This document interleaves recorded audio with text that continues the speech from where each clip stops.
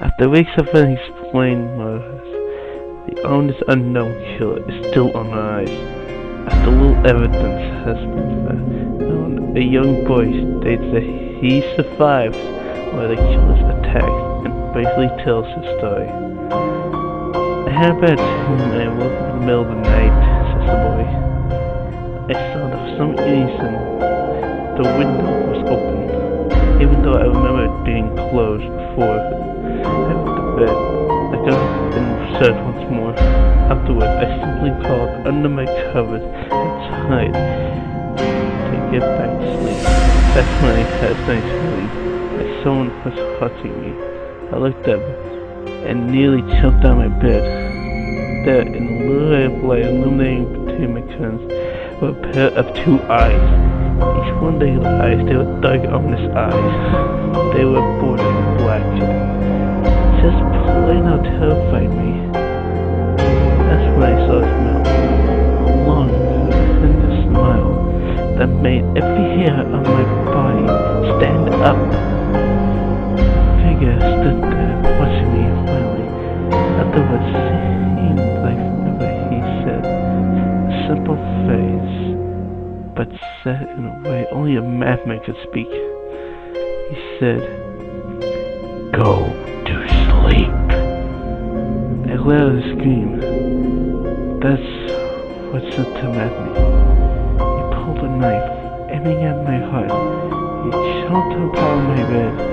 I fought him back. I kicked, I punched, I ran around, trying to knock him off me. That's when my dad was done. The man threw the knife. It went to my dad's shoulder. The man probably would have finished him off if one of the neighbors hadn't alerted the police. They drove into the parking lot and went to the store. The man turned and then down the hallway. I heard smells like glass breaking. As I came out of my room, I saw the window that was pointing away, pointing towards the back of my house. It was broken. I looked at his sea and vanished into the distance. I can tell you one thing, I will never forget that face. Those cold, evil eyes, and that psychotic smile. They will never leave my head. Police are still on the look for this man.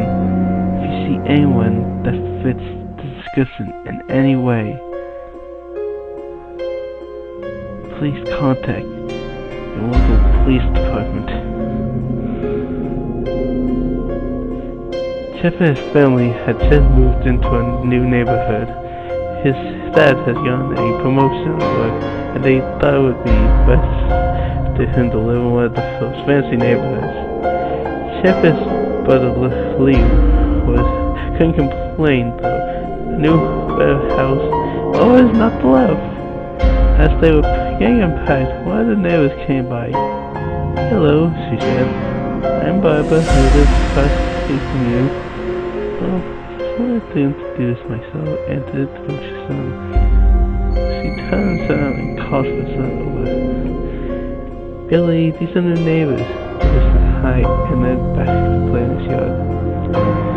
"Well," said his mom, "I'm Margaret. My husband Peter and my two sons, Jeff and Leo."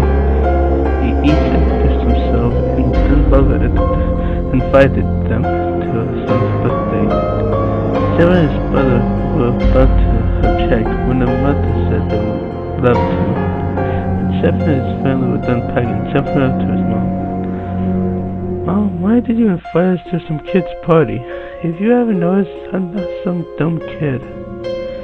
"Jeff," said his mother, "we just moved here. We said so that we want to spend time with our neighbors. No, we went to that party, and that's final." Jeff started to talk, but stopped himself, knowing that he couldn't do anything. Whenever his mom said something, it was final. He walked into his room and flopped down on his bed. He sat there, looking at his ceiling, when suddenly he got a weird feeling. Not so much of his pain, but a weird feeling. That's just a random feeling. He heard his mother cough when he gets up, and he walked down again. The next day, Jeff walked downstairs to get breakfast. He got late for school. As he sat there eating his breakfast, he once again got that feeling. This time it was stronger. It gave a slight tugging pain, but he once again dismissed it. As he and Leo finished breakfast, they walked down to the bus stop. They sat there waiting for the bus. And then, all of a sudden, some kid on a skateboard jumped off of them. Only instead of the laugh, they both jumped back in surprise. Hey, what the hell? The kid landed and turned back at them. He kicked his skateboard out of the car with his hands. The kid seems to be about 12, 1 year younger than Jeff. He wears a Arab style shirt and knit blue jeans. Well, it looks like we got some new meat. Suddenly 2 other kids appeared. One was super skinny and the other one was huge. Well, since you're new here, I'd like to introduce yourself. Oh, there's Keith, Jeff, and Nick, who looked over to his skinny kid. He had a dopey face that you would expect a sidekick to have. And he's Troy. They looked over at the fat kid. Talk about a terrible lord. This kid looked like he had some exercises he was calling. And I, said the first kid, and Andy. Now, for all these kids in this neighborhood, there's a small price for bus fare. If you catch my drift. Leo stood up, and they hurried to punch the life out of the kid's eyes, when one of his friends pulled out a knife. I had hoped you were being more cooperative, but seems we must do this the hard way. The kid walked up to Leo and took his wallet out of his pocket. Jeff got the feeling again. Now it was truly strong, a burning sensation. He said, but Leo just let him sit down. Jeff ignored him and walked up to the kid. Listen here, you little punk. Give me my buffalo's wallet or else. Then he put the wallet in his pocket and pulled out his own knife. Oh, it's what we do. Just as he finished that, Jeff popped the kid right in the nose. As then he reached for his face, Jeff grabbed the kid's wrist and broke it. Then he screamed, and Jeff grabbed the knife from his hand. Turning Keith was Jeff was too quick. He threw Andy to the ground. He flashed up at him, but Jeff ducked and stabbed him in the arm. He dropped his knife and fell to the ground screaming. Troy rushed him too, but Jeff didn't even need the knife. He punched Troy straight in the stomach and Troy went down. As he fell, he puked all over. Leo could do nothing but look in amazement at Jeff. Jeff, how did you... That was all he said. They saw the bus coming and they knew they'd be blamed for the whole thing. So they started running as fast as they could. As they ran, they looked back and saw the bus driver rushing over to Andy and the others. As Jeff and Leo made it to school, they didn't dare tell what happened. All he did was sit and listen. Leo just thought that as his brother being at the few kids, but Jeff knew it was more. It was nothing scary. As he got that feeling, he felt how powerful it was. The others said just hurt someone. He didn't like how it sounded, but he couldn't help it feeling happy. He felt that strange feeling go away and stay away for the entire day of school. Even as he walked home through the whole thing near the bus stop, and how he probably wouldn't be taking the bus anymore, he felt happy. When he got home, his parents asked him how they were. He said that someone owned his voice. It was a wonderful day. Next morning, he heard a knock at his front door. He walked down to find 2 police officers at the door. His mother was looking back at him with an angry look. Jeff, these officers tell me that you attacked 3 kids. That wasn't regular fighting, and there were stabs, son. fell to the floor, showing his mother that was true. Well, they were the ones who pulled the knives out on me and Lou. Son, said one of the cops, we found 3 kids, 2 stabbed, one having a bruise on his stomach, and we have witnesses proving that you left the scene. Now what does that tell us? Jeff knew it was no use. He could say Leo had been attacked, but then there were no proof it was not them who attacked first. They couldn't say that they were feeling because the truth would be told, so Jeff couldn't defend himself before Lou. Found the brother. Jeff couldn't do it, since it was him who beat up those kids. Sir, it was me. I was the one who beat up the kids. Leo tried to hold me back, but he couldn't stop me. The cop looked at his partner, and they both nod. Well, kid, looks like you're in juvie. Wait, says Leo. They all look out to see him holding a knife. The officers pulled the gun out and locked them on Leo. It was me. I beat up those little punks. Half of them were hiding to do it. He let us leave to feel cuts and bruises, as if he was a soldier. So just put the knife down, said the officer. Leo held up the knife and shot it down the ground. He put his hands up and walked over to the cops. No, Leo, it was me! I did. Jeff had tears running down his face. Poor bro, trying to take blame for what I did. Oh, take me away. Please let Leo out to the patrol car. Leo, tell him it was me. Tell them. I was the one who beat up those kids. Jeff's mother put her hands on his shoulder. Jeff, please, you don't have to lie. We know it's Leo's. You can stop. Jeff was half asleep. His cup got speeds off with Leo inside. A few minutes later, Jeff's dad pulled into the driveway, seeing Jeff's face and knowing something was wrong.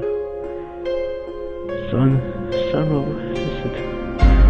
Jeff couldn't answer. His vocal cords were stained from crying. Instead, Jeff's mother walked to his father inside the plate-clad newsroom as Jeff headed in the driveway. After an hour or so, Jeff walked back into his house. Seeing that his parents were both shocked, sad, and disappointed. He couldn't look at them and couldn't see how they thought of Leo and it was his fault.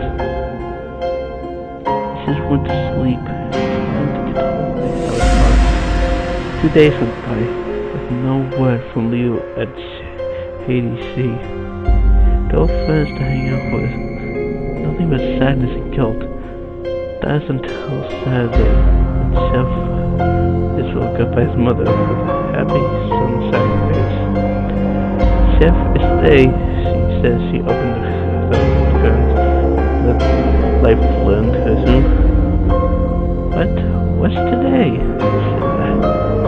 Asked Jeff as he stirs awake. Why, it's Billy's birthday party. Mom, you're joking, right? Don't expect me to go to some kid's party after this long pause.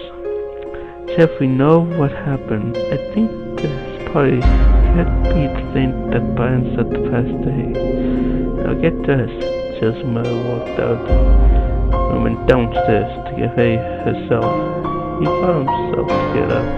He picked an Adam's shirt and pair of jeans and walked downstairs. He saw his mother before all this stuff. His mother in a dress and his father in a suit. He thought, I would ever wear such fancy clothes to a kid's party. Son, is that all you're gonna wear? That doesn't wear too much, he said. His mother pushed the feeling to yell and hid it with a smile. But Jeff, we may be overdressed, but how you guys want to make an impression? Said his father. Jeff grunted and went back up to his room. I don't have any fancy clothes, he yelled downstairs. Just pick something, called his mother. He looked around in his closet for he could all fancy. He found a pair of black dress pants, yeah, for special occasions, and an undershirt. He couldn't find a shirt to go with it though. He looked around, only found stripes and pattern shirts, none of his real dress pants. Finally, he found a white hoodie and put it on. You want that? They both said. His mother looked at her. Oh, no time to change. Let's just go. She says she let the chef and followed out the door. They crossed the street over the boat in Billy's house. They knocked on the door and appeared as the father, just like his parents, right over the desk. As they walked inside, all Jeff could see was those no kids. The kids are out in the yard. Jeff, how about you go and meet some of them, said Bubba. Jeff walked aside to a yard full of kids. They were running around in weird cowboy costumes and shooting each other with plastic guns. Liz will be standing in the Toys R Us. Suddenly a kid comes up and hands him a toy gun and asked, "Hey, wanna play?" He said, "No, kid. I'm way too old for this stuff." The kid looked at him with that weird puppy dog face. "Please," said the kid. "Fine," said Chef. He found a hat and started pretending to shoot the kid. At first he thought it was totally ridiculous, but then he started to actually have fun. It might not have been super cool, but it was the first time he had done something that took his mind off of Leo. So he played with the kid for a while, until he heard a noise, a weird rolling noise, and it hit them. Annie, Joy, and Keith all jumped over the fence on the skateboards. Jeff tossed the fake gun and nipped off the hat. Andy looked at Jeff with burning hatred. "Hello, Jeff, is it?" he said. "We have some unfinished business." Jeff saw his bruised nose. "I think we're even. I beat the graphic guys, and you get my brother sent to DDC. Then he got an angry look in his eyes. "Oh no, I don't go for evil. I go for funny. You may have kicked out as is that one day, but not today." As he said that, and he first at Jeff, they both fell to the ground. And he punches Jeff in the nose, and Jeff got them by the ears and headbutted him. Jeff pushed her off him, and both those to her feet. Kids were screaming, and parents were running out of the houses. Toy and Keith pulled the guns out of their pockets. "No one interested or guts looking for a fly," they said, and he pulled a knife on Jeff and stabbed into his shoulder. Jeff strained and fell to his knees, and he started kicking him in the face. Jeff grabs his foot and twisted it, causing Nanny to fall to the ground. Jeff stood up and walked towards the back door to grab them. "Need some help?" he pitched Jeff up by the collar and throws him through the patio door. As Jeff tries to stand up, he is kicked down to the ground, and he is repeatedly starts kicking Jeff until he starts to cough of blood. "Come on, Jeff, fight me!" He picks Jeff up, throws him into the kitchen, and he sees a ball of vodka on the counter and smashes the glass all over Jeff's head. "Fight!" he throws Jeff right into the living room. "Come on, Jeff, look at me." Jeff glanced out, his face filled with blood. "I was the one who got your brother sent to JDC, and you're just gonna sit there and let him rot in there for a whole year? You should be ashamed." Jeff starts to get up. "Oh, finally, you stand up to fight." Jeff is now on his feet, blood and vodka on his face.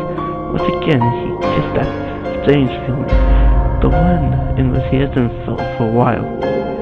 "Finally, he's up," says Nanny. She turns to Jeff. That's when it happens. Something inside Jeff snaps. His destroyed. All there's no thinking is gone.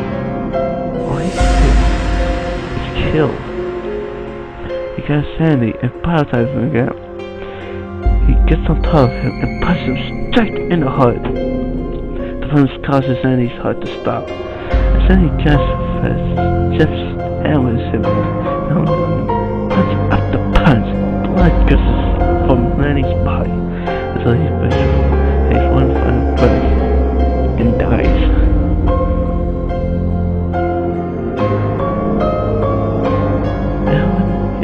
Is looking at Jeff now. The parents, the kind kids, even Troy and Keith, although they easily break from the gaze and point the guns at Jeff. Jeff sees the guns turn on him and runs to his dad. As he runs, Troy and Keith let out fire on him, each shot missing. Jeff runs up the stairs. He has Troy and Keith following him behind. As he let out the final rounds of bullets, Jeff ducks into the bathroom, grabs the towel, lifts it off the wall. Troy and Keith lace him, knife ready. Troy swings his knife at Jeff, backs away, and bangs the towel against Troy's face.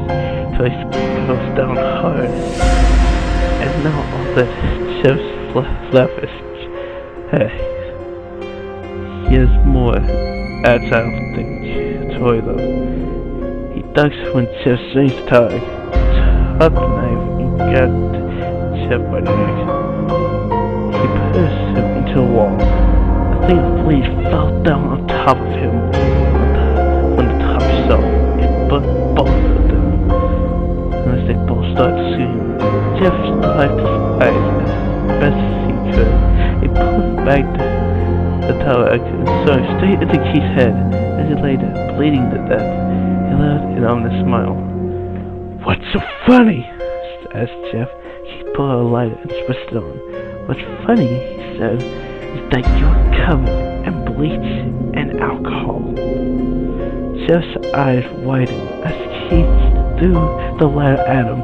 As soon as the flame made contact with him, the flames ignited the alcohol in the vodka.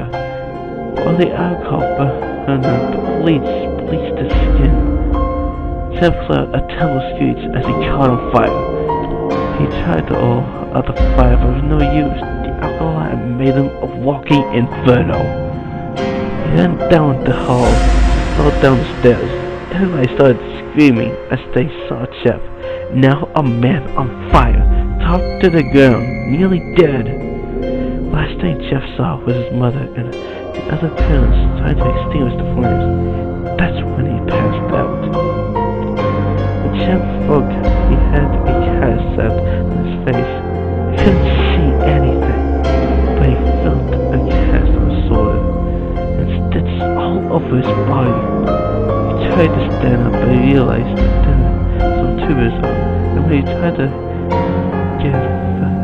get up, it fell out, and the nurse said to him, "I don't think you can get out of bed just yet," she said as she put him back in bed and he inserted the tube. Jeff sat there with no vision, no idea what his surroundings were. Finally, after hours, he heard his mother. "Honey, are you okay?" she asked. Jeff couldn't answer though. His face was covered and he was unable to speak. "Oh honey, I have great news. As all the witnesses told the police that any confessed trying to attack you.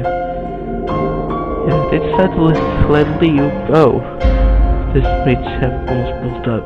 Stopping halfway, remembering the two coming out of his arm. He was up like the mom, and then you two would be able to be together again. Jeff's mother hugs Jeff and says her goodbyes.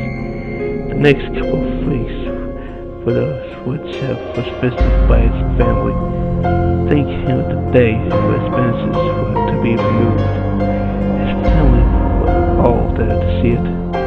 What he looked like as the doctors unknocked the bandages from Jeff's face. Everyone was on the edge of their seats. They waited until the last bandage holding the cover over his face was almost removed. "Let's hope for the best," said the doctor. He quickly removes the cloth, laying the last fall from Chef's face. Chef's mother screams at the sight of his face. Leo and Jeff stand awestruck at his face. What happened to my face? Jeff said. He got out of bed and went to the bathroom. He looked in the mirror and saw the cause of distress. His face, it's horrible. His lips were burnt into a deep shade of red. His face was turned to a pure white color. His hair was singed from brown to black. He slowly raised his face. It has what a flattery feel to it now. He looked back at his family and back at the mirror. Chef, said Leo, it's not that bad. Not that bad, said Chef. It's perfect! His family was eagerly surprised. Chef started laughing because of total relief. His parents noticed that his left eye and hand were twitching. Chef, are you okay? Okay? I've never felt so happy. Look at me. This face goes perfectly with me. He couldn't stop laughing. He touched his face, feeling it, looking at it in the mirror. What caused this? Well, you may recall that when Ted was flying Randy, something in his mind. His head, he snapped. Now he was a crazy killing machine. That is, his parents didn't know. Doctor, said Chestnut, is my son alright? You know, in the head? Oh yes, this is typical for patients that have taken a very large amount of painkillers. His behavior doesn't change a few weeks. Bring him back here, and we'll give him a biological test. Oh, thank you, Doctor. Chef's mother went over to Chef. Chef Street, it's time to go. Chef looks away from the mirror. His face still formed into a crazy smile. Okay, Mommy. Ha ha! His mother took him by the shoulder and took him to get his clothes. This is what came in, said the lady at the desk. Chef looked down to see the black dress pants and white hoodie the son wore. Now they were clean of blood, and they were stitched together. Chef's mother led them to his room and made him put his clothes on. Then they left, not knowing that this was the final day of life. Later that night, Chef's mother woke to sound coming from the bathroom. His son was crying. She slowly walked over to see what it was. She looked to the fact that the sun was on his right. Chef had taken a knife and cut a smile onto his cheek. Chef, what are you doing? Chef looked over to his mother. I can't keep smiling, Mommy. It hurt after a while. Now I can smile forever. Chef's mother noticed his eyes in black. Chef, your eyes! His eyes were seemingly never closed. I couldn't see my face. I got tired and my eyes started to close. I burned out the eyelids so I could forever see myself, my new face. Chef's mother slowly started back away, seeing that her son was going insane. What's wrong, Mommy? Aren't they beautiful? Yes, son, she said. Yes, you are. Let me go get Daddy, so he can see his face. She went to the room and shook Chef's dad asleep. Honey, get the gun, please, she stopped as she saw Chef in the doorway holding a knife. Mommy, you lied. That's the last thing they hear as Chef rushes to them with the knife, cutting both of them. His brother Leo woke up, startled by some noise. And hear anything else, so he shut his eyes and tried to go back to sleep. As he was on border of slumber. He got the slightest feeling that someone was watching him. He looked up. Before Chef's hand covered his mouth. His ugly face, the knife, ready to plunge into Leo. Leo was fast here and there, trying to escape Chef's grip. Shh, Chef said.